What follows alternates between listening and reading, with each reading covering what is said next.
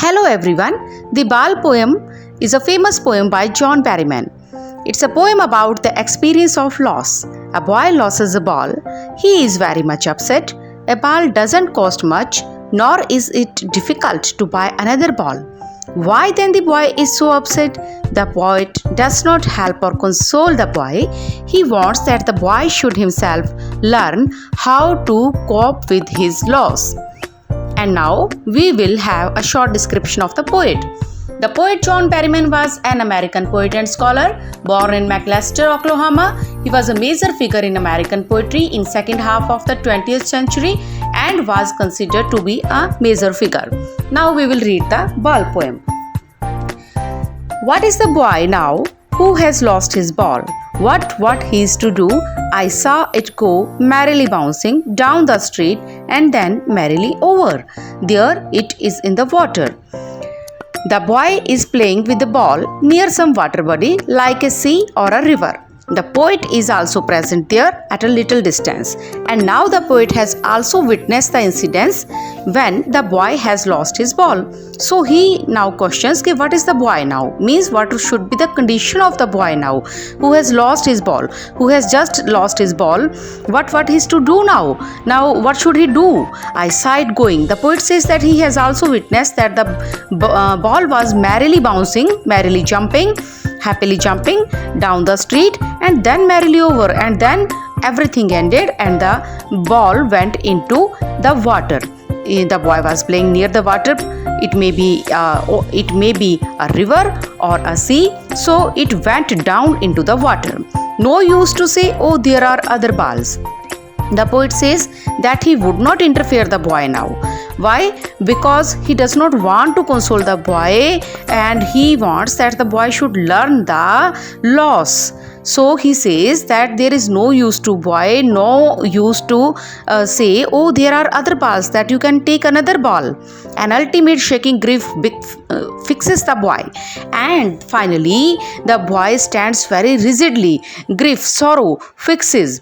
It fixes the boy, means the boy is completely under sorrow, and he is shaking, means trembling also, as he stands rigid, trembling, staring down all his young days into the harbor where his ball went. So there is no use to console him with the words, don't worry, you can take another ball. The grief at the loss has made the boy stiff. He is trembling as he stares down at the ball. He feels as if all his old days, his youthful days had gone down to the water where his ball fell suddenly, and the poet does not want to enter his difficult, embarrassing situation and console him. He just wants that the boy should learn himself the loss, to bear the loss. Now again, I would not intrude on him a dime. Another ball is worthless. Now he senses first responsibility. It is not good to tell the boy that the ball is quite cheap and another ball can be bought for a dime. Dime is a currency, 10 cents. Now the boy realizes responsibility in a world where there is a race for more and more possessions. This is a materialistic world, possessional world. So little boy, people will tell you not to worry, as one will always lose ball. One thing or the other, we always lost thing in this world, because this world is made of materialism. People will take balls will be lost always, little boy.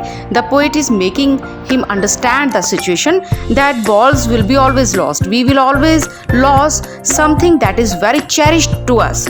Okay, and no one buys a ball back, and these balls cannot be bought back and cannot be brought back also. Money is an external thing, it cannot create happiness within, so it is also useless. He is learning. Well behind his desperate eyes, the poet says that the child is now learning to bear the loss, that someday he will again lose something, and his eyes are desperate, means he is disappointed at the right now.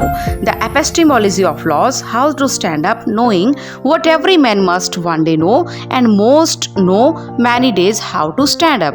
The poet says, actually no one gets a lost ball back. Money does not matter. The boy is learning this fact behind his hopeless eyes. He is beginning to understand the nature of loss, something which everyone must understand one day, and the most of the people now know that how to cope with the loss. Actually, Today the boy has lost only a ball, but tomorrow he may have to lose something more precious. He should learn that loss is a part and parcel of human life. So we should not worry and we should not always mourn on such things that can be lost, because this is a materialistic world. People buy things, the things are lost. They have also an age. So an age is always ended. So students, we have to learn that in our life, in the course of life, we come across a number of things, a number of relations, but everything will be lost in the course of time. So we have to understand that this world is made up of mortal things, and we haven't to regret for the mortal things. Only we have to upgrade our spirit, our hopes, and we must fill this life with good deeds so that we cannot lose them, and also we should not regret. Okay, so this was the poem, the Bal poem, and I hope you might have enjoyed the poem. Please keep on watching and understanding, and it will be helpful for you to understand and learn the poem. Thank you.